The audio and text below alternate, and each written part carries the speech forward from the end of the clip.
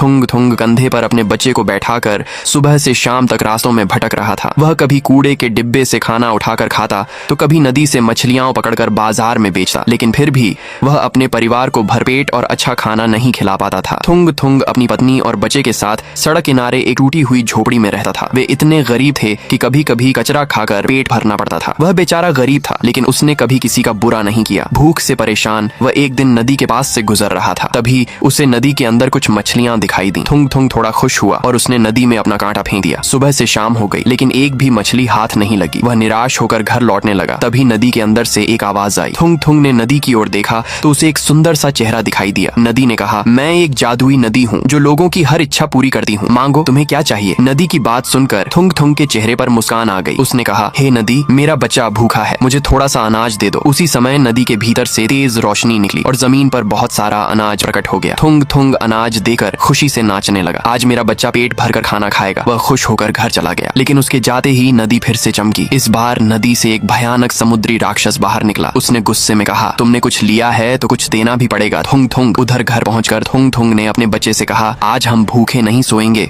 जितना मन करे उतना खाओ। उस शाम उसके घर में खुशी का माहौल था। पहली बार उसके परिवार ने भरपेट खाना खाया और चैन की नींद सो गए। लेकिन अगली सुबह जब थुंग थुंग उठा तो देखा कि बाहर तेज बारिश हो रही थी और झोपड़ी की छत से पानी टपक रहा था। ये देखकर वह परेशान हो गया। यह घर भी ना थोड़ी सी बारिश में टपकने लगा है। वह दुखी होकर रोने लगा। तभी उसे फिर से उसी जादुई नदी का ख्याल आया। वह बारिश में ही घर से निकलकर नदी की ओर चल पड़ा। उसके जाते ही वही नदी का राक्षस उसके घर पहुंचा और उसके बच्चे को उठाकर ले गया। उधर नदी के पास पहुंचकर थुंग थुंग ने रोते हुए कहा, हे नदी, मेरे घर की छत से पानी टपकता है, मुझे एक पक्का मकान दे दो। नदी फिर से चमकी और उसकी झोपड़ी एक बड़े पक्के घर में बदल गई। थुंग थुंग खुश होकर घर लौटा, लेकिन जैसे ही वह अंदर गया उसकी पत्नी जोर जोर से रो रही थी। उसने पूछा, क्या हुआ? तुम घर देकर रो रही हो क्या? उसकी पत्नी रोते हुए बोली, तुम्हारी वजह से नदी के राक्षस ने हमारे बच्चे को उठा लिया। यह सुनकर थुंग थुंग सदमे में आ गया। अब उसे समझ आया कि वह नदी सिर्फ देती ही नहीं, बदले में लेती भी है। वह भागता हुआ फिर नदी के पास पहुंचा और बोला, हे नदी, मुझसे बहुत बड़ी गलती हो गई, मेरा बच्चा मुझे वापस दे दो। नदी में फिर हलचल हुई और वही समुद्री राक्षस बाहर आया। उसने कहा, मैं तुम्हें तुम्हारा बच्चा लौटा दूंगा, लेकिन जो कुछ तुम्हें मिला है वह सब वापस ले लूंगा। थुंग थुंग ने बिना सोचे कहा, ठीक है, बस मुझे मेरा बच्चा लौटा दो। नदी के भीतर से तेज रोशनी निकली। जब रोशनी हटी तो न पक्का घर था, न अनाज का ढेर, फिर वही पुरानी टूटी हुई झोपड़ी थी, लेकिन सामने उसका बच्चा खेल रहा था और उसकी पत्नी मुस्कुरा रही थी। अब थुंग थुंग गरीब था, लेकिन अकेला नहीं था।